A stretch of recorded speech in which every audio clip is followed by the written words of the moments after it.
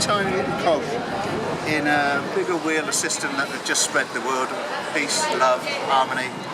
If we can get the corporations just to flutter away, they can take all their money because it's only numbers on a computer screen anyway. So what brought you down today then?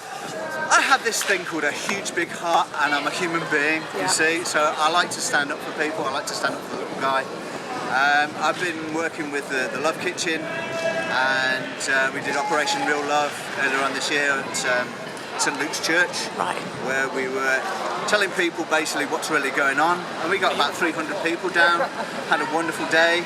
We had different organisations who go to do skip diving and get food from the various supermarkets and stuff like that, and they make a whole load of soup and give out to the homeless. We do a thing on Saturday where cook some dishes, bring them down, share them. A guy called Kevin Johnson, he was one of the major people involved. He was started off in November when I first met Kevin, and we were donating warm clothes to the homeless people. So, and we did that on St George's building.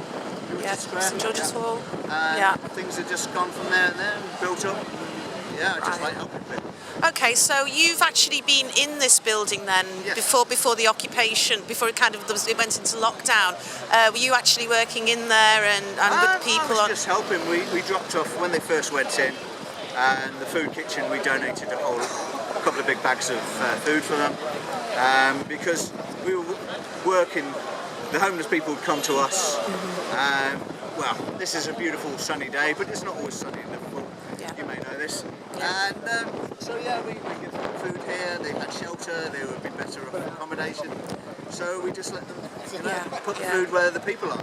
Well, what do you say to the sort of criticism that they're just sort of misled anarchists? These people are in there at the moment. He's not an anarchist. See, the people who don't understand anarchy are the people who say, "Oh, you're just an anarchist. You want rebellion." That's not about anarchy. That's, believe it or not, there's more about rebellion is capitalism, because what they do is they use force to get people out to get their will in. Anarchism stops at the end of your nose. If my actions hurt another person, then I'm not an anarchist. There are certain people, and they're in this crowd, they're instigators. And believe it or not, a lot of them are undercover police officers. I've met so many over the years when I've been doing various bits and pieces. They always deny, but they seem to always wear the same boots, which is really daft of them. Believe it, it's very, very true. I've seen this so many times. I was down at the student rally one donkeys years ago, and I saw this guy causing all these problems and kicking through these windows, and the only people around, believe it or not, was the press. There was 100 people around by the press. There was me and these two guys who were smashing the windows of the banks. And I called one over afterwards, and he had all his face masked up, and asked him how long he'd been serving a police officer. At which point he told me he didn't know what I mean, and I said, well, they're the boots that the local police use. How come you've got a pair then? At which point he ran off into the distance, being a lot fitter than I am. He was young and fit. And I've no doubt whatsoever that these things happen. But the police attitude today is rather wonderful. What do you think about that? Well, to be honest, when they take off that uniform, they're still a human being. And a lot of them realise, they have a job to do, and they realise what we have to do. And most of them are, I don't want to get anyone in trouble, but I think they're just doing their job half-heartedly, and their heart that's doing it half-heartedly is the good half of them. You know? How do you think it'll end? Well, to be honest, this building is worth about £6 to £8 million, somewhere in that region.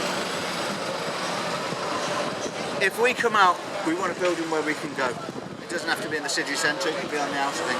We want a place where we can set up for the homeless, where we can have, a place where we can drop off clothing. We need a place where medics can go, because a lot of these people homeless have mental issues. So if we can have something that, set up not only a food kitchen, a love kitchen where people would donate clothes, but where, we've got so many therapists. Believe it or not, I'm a therapist in massage, I've got counselling. I'm not fully qualified as some of these others, but some people would donate a few hours and, help these people. It's quite a lot that are ex-military as well. And they have serious issues. And I know a very nice person here in Liverpool who was an ex-soldier who was at the Falklands and is now a counsellor, and he is helping people, and he's also helping people who come over to this country and need help. Yeah, you know? yeah. And we need more trained counsellors to talk to these people. Yeah, you know? yeah. They've just been through, I know it doesn't get on the news that much, we've just been through a war of 14 years with people fighting. Yeah? Yeah. So if you hurt a human being, it scars your heart. Yeah. It really does. Whether you think you're fighting for Queen and Country, which is just another name for a corporation, or, to be honest, when you're in the problems, you know, as we call it, when you're in the shit,